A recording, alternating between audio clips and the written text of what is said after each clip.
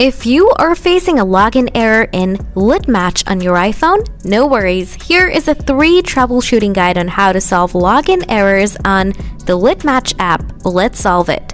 Solution 1. Enable or turn off airplane mode.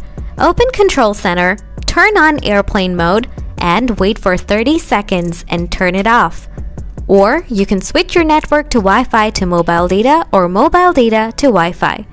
Solution 2. Update your Litmatch app. Open the App Store, search Litmatch. If you find any updates available, then tap on Update. Now open the Litmatch app and check that features.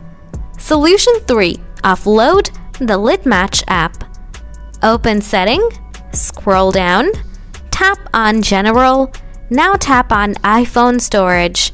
Find the Litmatch app, tap on it, tap on the Offload the app, and tap Offload again. Now reinstall the app.